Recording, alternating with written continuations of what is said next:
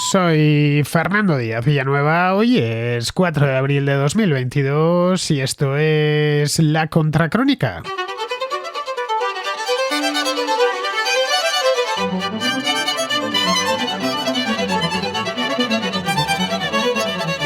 Vladimir Putin anunció el jueves que la empresa Gazprom procederá a cancelar los contratos de suministro de gas si los países hostiles a Rusia no efectúan los pagos en rublos, lo que obliga a los clientes a abrir una cuenta en esa divisa en el Gazprom Bank. Por países hostiles, el gobierno ruso entiende a todos los de la OTAN y a aquellos que han decretado sanciones contra el régimen de Putin.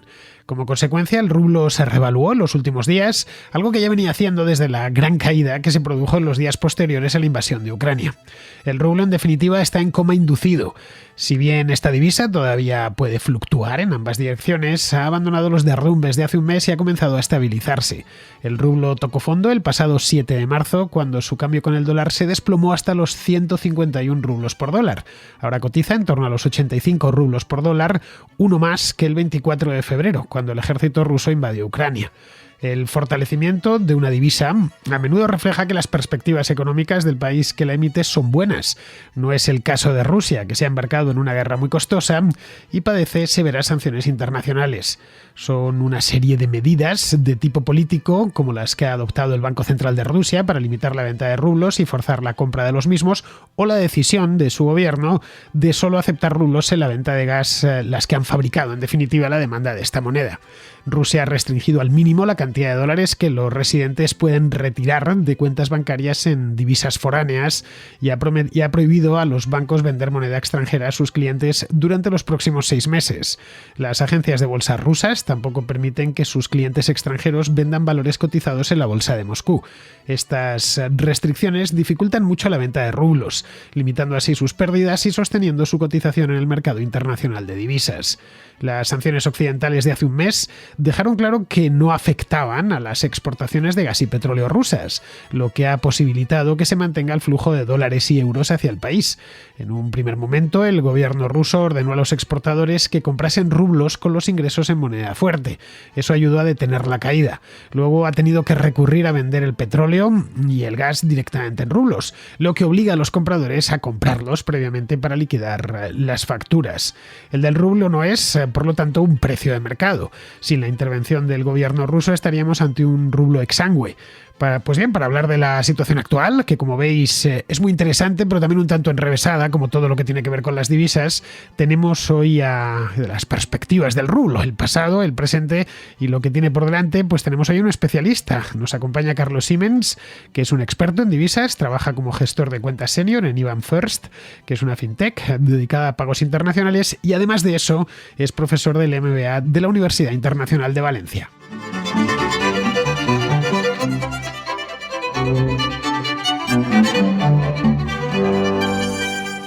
Por La Contracrónica pasa exclusivamente lo mejor de lo mejor.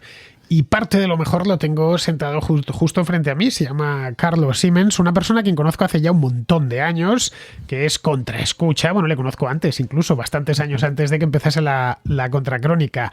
Pues hará 15 años, tranquilamente, una cosa así. Y Carlos es experto en divisas, como ya os he dicho. Así que la semana pasada, cuando empecé a plantearme el tema del rublo, que tuvo una caída muy pronunciada durante la primera semana de marzo, y luego poco a poco se fue recuperando, bueno, no hay más que echar un vistazo a la gráfica, pues empecé a hacerme preguntas, qué es lo que yo me hago, y de esas preguntas salen las contracrónicas. Pues pensé en Carlos, porque Carlos de esto sabe un montón. Lleva pues como, no sé, 25 o 30 años trabajando con divisas, es su especialidad, y le comenté la semana pasada en Córdoba, vino con nosotros, con Alberto Garín y conmigo, a este viaje que hicimos con Contraescuchas. Le pregunté si podíamos hacer un programita juntos. A Carlos le impuso un poco, es un hombre de números y esto de la radio pues le da un poquillo de miedo, ya le he dicho yo que no hay ningún problema y que con todo lo que sabe él va a ser muy útil para los que están al otro lado, para los contraescuchas. Bien, pues muy buenas, Carlos, ¿cómo estás? Muy buenas, Fernando. Pues encantado de estar aquí. Siendo yo oyente del programa, pues poder participar en el programa pues es un placer. Hoy estás al otro lado, no estás en el lado de los contraescuchas, sino de donde se hace la contracrónica, aquí en el estudio. Bien, como te comentaba la semana pasada, Carlos, cuando estábamos en Córdoba, estábamos cenando y empezamos a hablar de este tema del rublo. Claro, fue sacar el tema y automáticamente todos los encantos de Carlos se desplegaron por la mesa porque de esto sabe muchísimo. ¿Cuántos años llevas con esto de las divisas? Un montón, ¿no? Pues desde el año 93. Pues caray, han pasado casi 30 años, lo que decía, entre 25 y 30 años. Has estado prácticamente toda tu carrera en el BBVA y Sí. desde hace poquito cambiaste de... Sí, me he pasado al sector fintech. Y bueno, pues ahí pues IBAN First es una empresa de pagos internacionales, pero también tenemos un área de expertise muy fuerte en el tema de las divisas, muy unido al tema de pagos internacionales, evidentemente. Bien, cuando te enteraste de la invasión rusa de Ucrania, te pasaría lo que me pasa a mí, los que somos aficionados a la economía, pues lo primero que pensamos, bueno, al margen de todas las consecuencias políticas que iba a tener, pensamos en las consecuencias económicas. Yo también pensé en el rublo aquel día. Fue aquella mañana, nada más enterarme, lo vi en los periódicos y dije, bueno, el castañazo que se va a dar el rublo va a ser de campeonato. Y efectivamente así sucedió. Se desplomó hasta 150 rublos por dólar. Sí, señor. Y esto se debió evidentemente a la invasión. No había mucho más. Bueno, tenemos que pensar que cuando hay un elemento o un hecho disruptivo, el mercado reacciona muy rápidamente y reacciona con miedo. Entonces, lo primero que ha habido son ventas masivas de rublos, algunas pues anticipando movimientos especulativos, ¿no? Yo vendo estos rublos que ahora están caros y los recompraré más adelante más baratos y gano un dinero, pero también hay otros que son inversores vendiendo sus inversiones en Rusia o en la bolsa rusa o en activos rusos y luego tienen que vender los rublos procedentes de la venta. Y eso, por supuesto, ha supuesto un desplome en la cotización. Eso es la película que vimos el mismo día de la invasión y el fin de semana. Fue un jueves, pues recuerdo el viernes, sábado, domingo, que iba cayendo y siguió cayendo hasta el día 7 de marzo. Es decir, el derrumbe se tomó pues tranquilamente semana y media. Luego, en cambio, se detuvo esa caída y empezó a revalorizarse de nuevo, a recuperar el resuello. La razón, no había que escarbar mucho, era que el Banco Central de Rusia había entrado y el gobierno ruso habían entrado en su auxilio. Lo primero que hicieron fue poco menos que prohibir la venta de rublos. Así que muerto el perro, muerta la rabia. Bueno, es que aquí hay que entender que a pesar de que entendamos el sistema de mercado capitalista como algo muy libérrimo y donde las cosas ocurren simplemente por interés personal o por egoísmo o persiguiendo la ganancia, en el caso de las divisas es que las divisas están muy reguladas. O sea que ese dinero con el que pagamos pues es algo emitido por una institución pública que se llama Banco Central. Y al final, pues todas esas cuentas que tenemos, por ejemplo, nosotros en euros, están en una cuenta de euros en el Banco de España, que a su vez tiene una cuenta en el Banco Central Europeo. Entonces, si se da el caso, por ejemplo, que un juez considera que yo soy una persona mala que ha delinquido, puede pedirle al Banco Central Europeo que congele mi cuenta en euros. Y ya la cosa cambia. Esto se ha dado mucho en los últimos años para perseguir el terrorismo, por ejemplo, ¿no? La lucha contra el blanqueo, concretamente en la Unión Europea, está siendo salvaje. Hoy es realmente difícil estar al margen de eso. Vamos a ver, el regulador ha obligado a las entidades bancarias que hagan parte de la diligencia debida a la hora de onboardear a alguien como cliente. O sea que cuando alguien entra por la puerta diciendo quiero abrir una cuenta, pues hay que dar muchas explicaciones sobre quién eres, a qué te dedicas, si es para una empresa, a qué se dedica la empresa, si es para hacer divisas, cuántos pagos. Básicamente hay que tener toda la información posible sobre el cliente. Es decir, saber de dónde viene el dinero. Básicamente. Para evitar que venga, pues qué sé yo, el tráfico de drogas, por ejemplo, una cosa así. Esto da problemas, supongo que lo habréis experimentado si habéis querido hacer, no lo sé, una gran disposición de efectivo en un cajero automático. Si por encima de 1.000 euros creo que ya la cosa salta. Básicamente es más cuando tú empiezas a ingresar dinero en tu cuenta, ¿no? Imaginemos que soy un empresario poco serio y me ofrezco a hacer trabajo sin factura. Entonces me junto con mucho dinero y lo quiero ingresar en el banco, que es la forma de alguna manera de meterlo en el sistema. Pues si empiezo a hacer ingresos un poco fuertes, salta una alarma que se comunica al regulador. Aquí hay un señor que está haciendo regularmente ingresos de más de X Y ya depende de cada entidad dónde pone la frontera, pero... Eso salta la alarma de que podría ser que el dinero no estuviese del todo claro de dónde proviene. Bien, esto lo comentamos con la idea de que nos demos todos cuenta de cómo el dinero está controlado, muchísimo más de lo que pensamos. A veces decimos, no, yo estoy haciendo aquí un pago con la tarjeta y nadie se entera. No, nadie se entera, no. Nadie va a ir a mirarlo seguramente, pero por enterarse queda todo perfectamente registrado. Mira, lo único que es anónimo es el pago que yo hago en efectivo a otro particular, ¿no? O sea que si yo le doy a mi hijo una paga de 10 euros, si le doy un billete, eso queda entre mi hijo y yo. Pero si le hago un Bizum, ya estoy dejando un rastro. O sea que si llega el día en que todos los pagos se articulan a través de una plataforma electrónica, pues podrían grabar esa transferencia de dinero entre particulares con una comisión, por ejemplo. Los grandes pagos internacionales, por ejemplo, con los que se paga el suministro de gas o de petróleo, esos sí se hacen de manera electrónica. No va un tío con un maletín, abre allí, como el maletín de Pulp Fiction, ¿no? Y ya lo tiene allí lleno de no se sabe qué cosa, porque en Pulp Fiction no sabemos lo que hay. Parece oro, pero vamos, que no va como en las películas, ¿no? Lleno de dólares o de euros. Se hacen todo vía transacciones electrónicas entre países. Sí, debemos entender que no es lo mismo divisa que billete.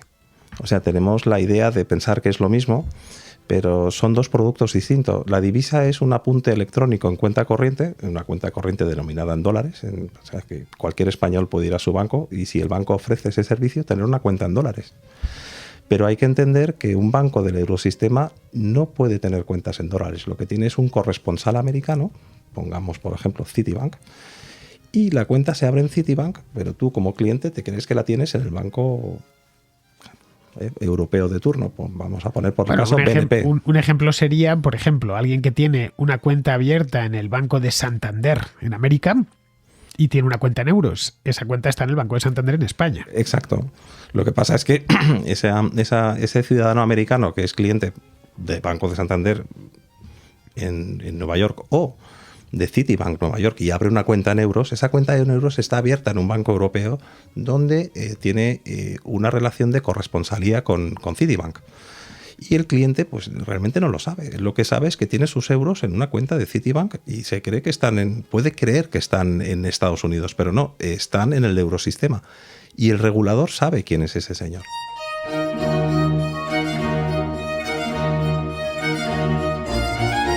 Resumiendo, que cuando todas las cuentas en euros del mundo, todas las que en el mundo están dentro de la Unión Europea bajo supervisión del Banco Central Europeo.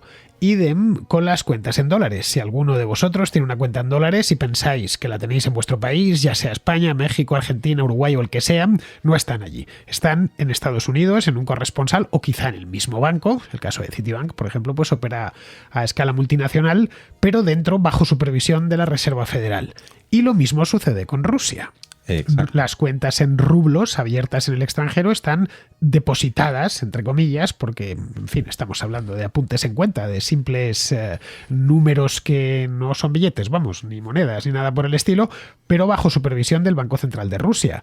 De hecho, lo que trata Putin ahora mismo es de mantener su moneda mediante un sistema un poquillo tramposo, todo hay que decirlo, y es obligar a sus clientes a comprar rublos. Es cierto eso, y para eso tenemos que echar la mirada un poquito atrás y recordar que una de las sanciones que Occidente impuso a Rusia fue expulsar a toda una serie de bancos rusos del sistema SWIFT. ¿Qué significa eso? Bueno, quedan algunos que sí que están aún dentro del sistema de pagos, sobre todo para articular todas las compras de gas y de petróleo y poder pagar. ¿Qué supone expulsar a todos esos bancos? Pues que desaparecen un montón de jugadores del sistema financiero para hacer transacciones en rublo porque no pueden pagar. Es más, si uno va a un banco español o un francés y tiene la mala suerte de que su corresponsal en rublos es un banco que está expulsado, ya no pueden hacer los pagos que tengan que hacer sus clientes para pagar importaciones y demás. Eso sin contar que además está prohibido hacer pagos a Rusia. No todos los pagos que se hacen a rublos tienen que ir a Rusia, pueden ir a cualquier otro intermediario financiero que no esté en Rusia. Pero dicho esto, pues quedan unos poquitos bancos que sí que están participando y eso ha quitado muchísima liquidez al rublo ruso. ¿qué consecuencia tiene eso? Que con movimientos muy limitados puedes mover la cotización mucho.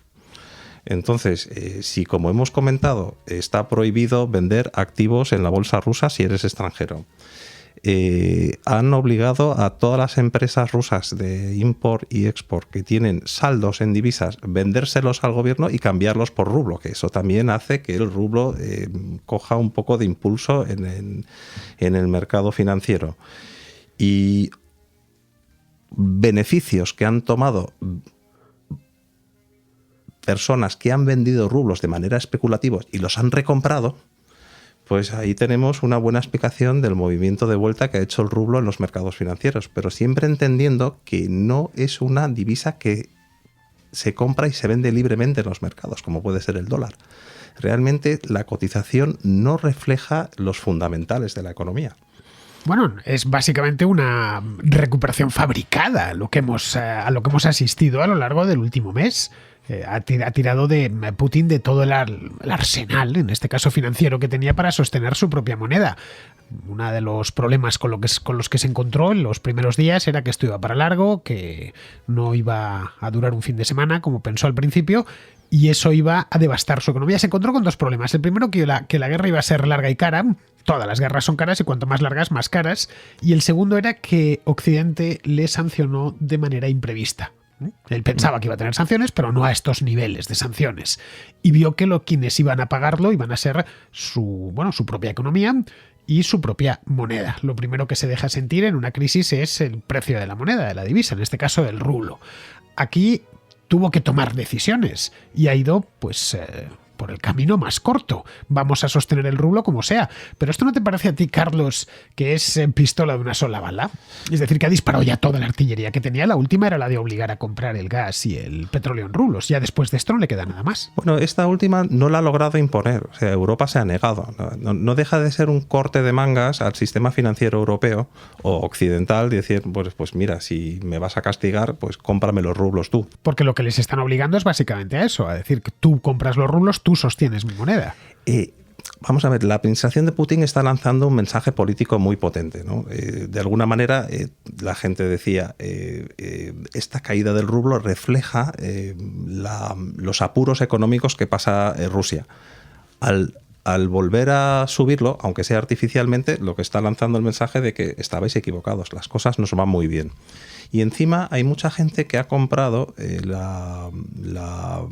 argumento de que la economía rusa no está en crisis. Y es que las crisis tardan en notarse. O sea que tú puedes subvencionar mucha parte de la actividad económica, puedes dar ayudas, puedes hacer un escudo social. Sin embargo, la divisa se suele apreciar o depreciar en tiempo real.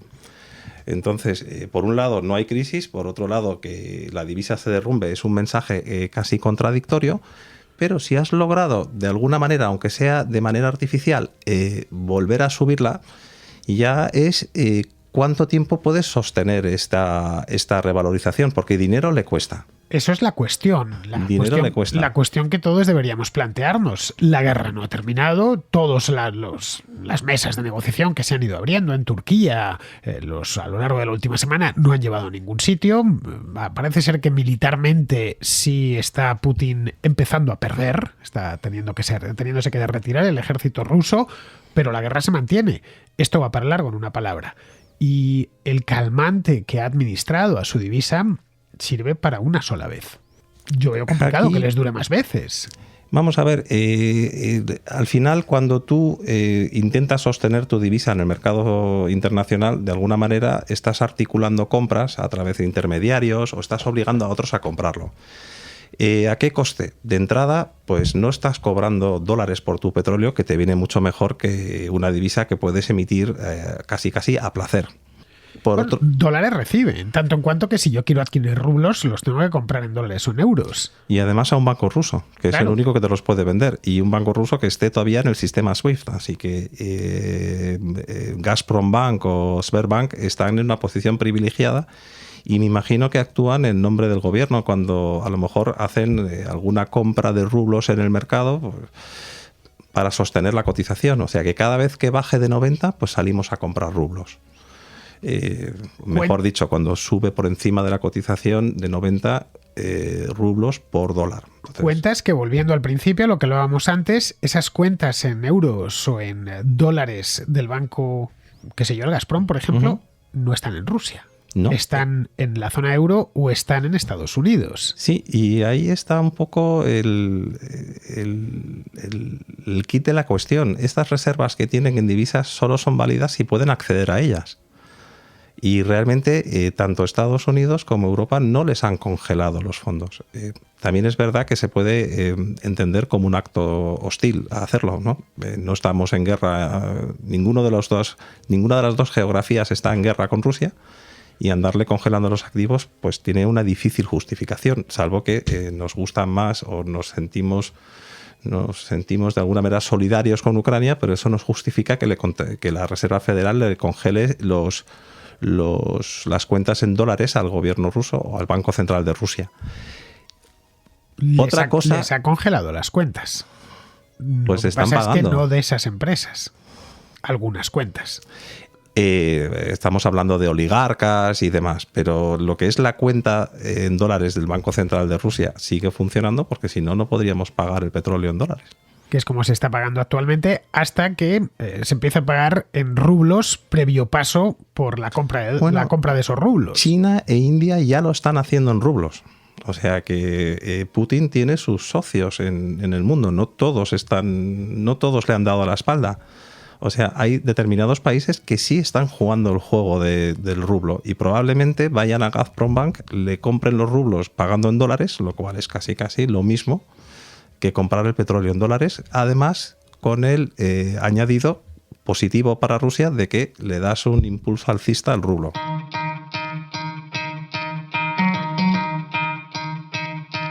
HBO Max no puede faltar en tu móvil, en tu tablet, en tu televisor, en tu ordenador. ¿Por qué? Te preguntarás. Pues porque HBO Max es la plataforma que incluye las películas de Warner Bros. Después de su estreno en el cine, sin coste adicional alguno.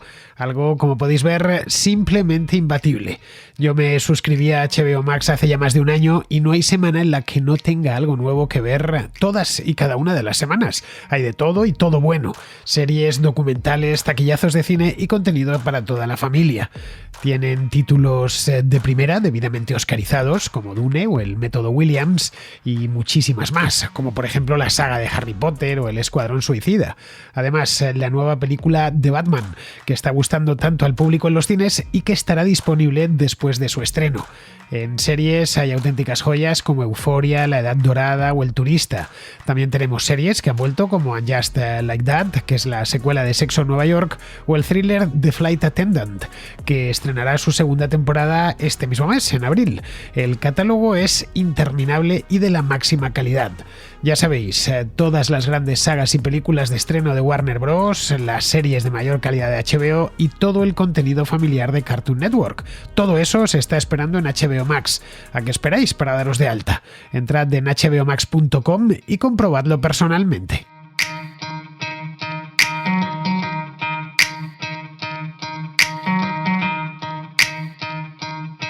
Bien, vayamos con el caso de la India y de China, que ya lo he escuchado y lo he leído en alguna ocasión. China y la India están efectivamente comprando los productos energéticos, en esencia, que es casi lo único que vende Rusia, se lo están comprando en rublos. Pero ¿cómo han adquirido esos rublos? ¿Contra rupias y yuanes o contra dólares y euros? Porque es que esas, de nuevo, estamos en la misma cuestión.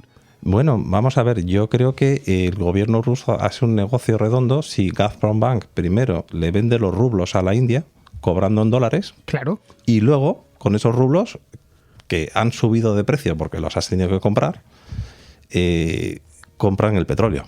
Esto hace unos días, hace 3 semanas exactamente, se hablaba de que habían estado chinos y saudíes comentando la posibilidad, que no se ha materializado o no se ha materializado aún, no sabremos si sucederá en el futuro. Yo como hice una a la contra, no sé dónde estaba, en León, creo recordar, hablando de este mismo tema, y lo que venía a deciros a los que veis estos vídeos era que lo veía complicado en tanto en cuanto el yuan no era una moneda que flote libremente, digamos. Se mantiene también, digamos, con respiración asistida por parte del gobierno chino. En este caso, pongamos por Pongamos por caso, es una hipótesis, por supuesto. Ni el yuan ni la rupia india flotan libremente. Tienen un mercado doméstico para la divisa y otro que se llama offshore. O sea que no es tan sencillo, y no creo que además el Banco Central de Rusia tenga ninguna apetencia por abrir una cuenta doméstica en China y otra en la India para cobrar rupias y yuanes. Lo que quieren son dólares o euros, porque les hacen falta para su esfuerzo de guerra. Efectivamente, no sé si yo hasta qué punto va a querer rupias. Bien, no. Vale, pues me están pagando en rupias estupendamente, les estoy vendiendo rublos contra rupias o rublos contra yuanes, pero son monedas de las que uno no se puede fiar mucho. Del caso de los yuanes, claramente, ya sabes que esa moneda oscila en una banda que fija el gobierno chino y ya está. El valor es esencialmente lo que dice el gobierno chino. Claro, no puedes ir al mercado internacional comprando con rupias, porque no puedes comprar nada. No, pero yo entiendo que el mecanismo que se produce es que tú vas con tus dólares a Gazprombank, compras rublos, eso afecta a la cotización del rublo al alza, y después con esos rublos compras el petróleo. Porque los rusos no quieren rupias ni yuanes para absolutamente nada. Pero esto, Carlos, es hacerse trampas en el solitario. Sí, pero funciona. Bueno, pero funciona a corto plazo. Vamos a ver, esto no tiene ningún recorrido a largo plazo. O sea que si la guerra dura una semana más, entonces les ha funcionado y han engañado a todos, porque tú puedes engañar a mucha gente poco tiempo. Pero a largo plazo esto tiene un coste muy alto. Yo estoy seguro que si esto dura un año, el entramado este no se sostiene. Es el ejemplo casi, si me apuras, de una familia donde los padres se quedan sin trabajo, pero deciden, a costa de los ahorros, seguir viviendo como siempre porque piensan que la situación se va a arreglar. De los ahorros y de los préstamos del banco. Y al final, pues los ahorros se devoran rápido, sobre todo si los chicos no los cambias a un colegio más barato, por ejemplo. Y no cambias a un coche más barato, no te cambias a una casa más barata, sino sigues viviendo tal cual, pues llega un momento que estás en un apuro. A corto plazo te puede funcionar, sí, pero no creo que haya mucho recorrido. Por ejemplo, uno de los termómetros que te dice un poco cómo lo están viviendo en Rusia es que VT Bank, no, es un banco ruso que no sé cómo lo pronuncian los rusos, VTB, ha vendido en marzo 1 tonelada métrica de oro físico a sus clientes. Y el formato más demandado es el lingote de 1 kilo. Me tomé la molestia anoche de mirar cómo estaba el oro, lo que valía 1 kilo de oro ahora mismo, y eran como, si no recuerdo mal, 58.000 euros. Sí. Y hace 2 meses di un seminario sobre metales preciosos a mis alumnos en la BIU, y el kilo estaba a 40 y muchos, o sea que 48.000 o 46.000. Lo que quiero decir es que el oro ha subido un 20% con toda esta situación, y muchos de los que están comprando el oro son rusos, porque tienen miedo de la situación que están viviendo. Entonces, tan bien no están las cosas cuando la gente está metiéndose a comprar oro. Tienen miedo seguramente a que el rublo termine no valiendo ni el papel en el que esté impreso. Vamos a ver, el oro es una gran protección contra la inflación.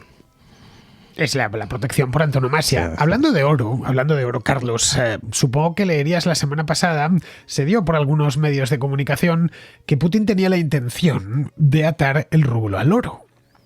Dijeron, ya está, ya tenemos de nuevo una moneda oro, como antiguamente, como antes de que Nixon cerrase la ventanilla del oro. Me lo comentaron ayer este domingo, en la contrarréplica en directo, me lo comentó un contraescucha, y le vine a decir que está muy bien. A mí, yo soy gran partidario del patrón oro, pero para eso tienes que tener disponibilidad de oro. Si no la tienes, no te sirve absolutamente de nada. Ni siquiera con eso. O sea, no basta con eso. Rusia ha incrementado sus reservas de oro desde el 2014 hasta el 2022. Eso es cierto, tiene más oro en las reservas del Banco Central. Pero para que una moneda tenga el respaldo de oro, tiene que ser fungible por oro. Uno tiene que poder ir con sus rublos al Banco Central y que le den el oro. O sea que, como decía el profesor Antal Feteke, la mejor manera de crear un patrón oro es que tú lleves tu oro, tus pendientes y tus cosas al Banco Central y te lo cambien por monedas o por billetes que sean casi pues como antiguamente, que tú ibas al Banco Central y decías, dame el oro, y que te lo den. Pero tener una... En los billetes aparecía tantos gramos de oro, este billete, ¿no? Que si 100 pesetas se corresponde con tantos gramos de oro depositados en el Banco de España y estaban depositados de manera física. Claro, es que el billete nace así. O sea, para no andar con todas esas monedas que pesan mucho y hacen ruido y te las pueden robar, pues te dan unos papeles que puedes fungir para hacer tus compras. Bueno, es un certificado de depósito realmente. Correcto. Para no tener que andar con lingotes y cosas así, pues voy con un papel que dice que tengo un lingote y que lo tiene guardado alguien en una caja fuerte, debidamente custodiada para que nadie lo robe. Pero lo que comentaron el otro día, yo sinceramente no terminaba de verlo. Porque además aquí está esta metáfora que nos has hecho de una familia que el padre y la madre se han quedado sin empleo, pero quieren seguir viviendo como si no pasase nada, sin cambiar a los niños de colegio, manteniendo el mismo coche, viviendo en el mismo barrio de la ciudad. Bien, en este caso es que se han comprado una casa más grande y han llevado a los hijos al colegio más caro de la ciudad, porque es que este hombre se ha metido en una guerra y no hay nada más caro que una guerra. La guerra es carísima. Es lo más caro que hay. Sí, cualquiera que le guste la historia lo sabe perfectamente. O sea, el mayor invento de Augusto fue la paz romana. O sea, que ese fue casi su argumento político más poderoso. Entonces, bueno, no, esto no tiene recorrido. Primero, las reservas de oro no garantizan que tu moneda sea más fuerte. Y ahí también quiero que todos los contraescuchas entiendan que los billetes de euro que tenemos en nuestros bolsillos o de cualquier moneda fiduciaria no tienen ningún respaldo de ninguna clase que no sea la credibilidad del emisor. O sea que un banco central puede tener muchísimas reservas de oro, que es un activo que tienen, pero no están a disposición de los ciudadanos. O sea, tú vas con tus euros o al Banco de España, el Banco de España tiene reservas, no te van a dar nada. Porque no está pensado para dárselo a la gente, está pensado para, pues eso, para ser un depósito de valor que luego pueden vender más caro o guardarlo. Bien, con esto yo creo que queda más que clara la explicación del tema del oro. Lo hemos sacado así un poco de refilón porque sabía que me lo ibais a poner. No habéis hablado de que el tema de que ahora va a ser el rublo la primera moneda oro en medio siglo. No lo va a ser, os lo decimos ya, y menos aún un país en guerra sometido a unos gastos enormes. Acabo de echar un vistazo a cuánto cuesta uno de esos tanques T-90 que hemos visto tanto por los campos de Ucrania. Cada unidad cuesta 4 millones de dólares. Y están todos, sí, estas imágenes que se ven, 5 o 6 tanques rusos destruidos, ¿no? Convertidos en chatarra. Bien, yo empiezo a sumar millones de dólares. Luego, cada proyectil que dispara uno de esos tanques también cuesta dinero, miles de euros. Cada vez que pones un MiG o un avión de caza o un helicóptero simplemente a volar, es que empieza a contar el contador de gasto. Esto es en lo que se ha metido. No hay divisa que aguante una cosa así. No, pero no solo eso. Si miramos un poco para atrás en la historia, no hay que irse muy lejos. La última ventanilla del oro, que fue la de Nixon en Estados Unidos, que no era un patrón oro, era un patrón dólar con convertibilidad, la cerró por culpa de una guerra. O sea que se vio exactamente, la guerra de Vietnam le obligó a emitir tal cantidad de dólares para financiar el esfuerzo que al final era ruinoso a hacer la conversión de una onza por $35. Sí, esto lo he comentado yo en algún artículo, ¿no? Cuando ya se decide salir del patrón indirecto, este patrón de cambio que había, que después de Bretton Woods querían mantener el patrón oro, pero no que todas las monedas del mundo se convirtiesen en oro, sino que solo se convirtiese el dólar a razón de una onza Troy, que son 31 gramos de oro, una cosa muy poquita cosa, no llega ni al kilo, está lejísimos del kilo, por $35. Se mantuvo eso durante 30 años hasta que se mete, primero Kennedy, luego posteriormente Johnson y al final Nixon en la guerra de Vietnam y en el proyecto Apolo, que costó una fortuna, que equivalió al 3% del PIB y claro, tuvieron que empezar a emitir como locos. El resultado, en el año 70 y 71 ya no se negociaba el oro a $35 la onza, sino mucho más alto. Vamos a ver, desde que se cerró esa ventanilla del oro, el oro no ha parado de subir. Los alemanes se enfadaron en aquel momento. El Bundesbank se enfadó muchísimo con la Reserva Federal y con el propio Nixon porque dijo, bueno, nosotros hemos hecho los deberes, mantenemos una estabilidad marco dólar impecable y os habéis dedicado a meteros en guerras y a mandar cohetes a la luna y a gastar muy por encima de vuestras posibilidades. Pues sí, señores, lo hemos hecho. Y a partir de ahí, pues hasta el momento presente. Bueno, no, solo hay que pensar que todas las reservas de dólares que tenía el Bundesbank, pues en su contabilidad figuraban como convertibles en oro y ahora pues lo que es un montón de papel impreso sin ninguna garantía detrás, como es hoy en día cualquier dinero fiduciario, de hecho. Efectivamente. Por cierto, la onza de oro, esa onza de oro Troy, que valía $35, vale 2.000. Ahora, lo digo para que lo sepáis, para que veáis lo que ha pasado. Es una buena manera de ver la inflación esta. Sí. Una manera bestial de ver cómo en el último medio siglo los bancos centrales han inflacionado todas las monedas a lo bestia. No, por eso, en un entorno como el que vive Rusia ahora mismo, invertir en oro para proteger tus ahorros es una cosa que es muy inteligente. Bueno, ya veremos si el régimen, que se está endureciendo por momentos, no termina por arrebatarles ese oro. Pero es que ese oro se lo arrebataría, veamos la situación de Putin. Tendría que quitarles el oro a sus propios ciudadanos, el que han comprado, para cambiarlo por dólares para mantener el esfuerzo de guerra. De nuevo volvemos a lo mismo. Bueno, pero no es la primera vez que hemos visto este esquema. La administración Roosevelt en los años 30 lo hizo. Y es la gran estafa americana, porque además lo expropiaron a un precio que era mucho más bajo de lo que cotizó después. Hombre, si te parece, no lo van a expropiar. La banca, en este caso el Estado, reparte y se queda siempre con la mejor parte. Bien, pues vamos a ir terminando. Con el programa, porque a lo tonto, pues sí, claro, se nos ha ido más de la media hora. Nos hemos puesto aquí, Carlos y yo, a hablar sobre estos temas monetarios que a mí me encantan, y si no los traigo más por la contracrónica, no es por nada, no es porque no me gusten, sino porque sé que son áridos y por lo general no suelen interesar demasiado a la audiencia. Así que he aprovechado esta oportunidad que se me presentaba con el rublo para hablar un poquito de moneda. ¿Tú cómo ves esta cosa ya para ir concluyendo? ¿Cómo ves cómo ves el rublo en definitiva de aquí a 1 o 2 meses vista? Hombre, la bola de cristal no la tengo. Eso es muy difícil. Lo cierto y la verdad es que si la guerra dura 2 meses más, me imagino que Rusia va a tener que hacer un esfuerzo muy grande para mantener el rublo caro. Y eso le va a costar pues buena parte de sus reservas.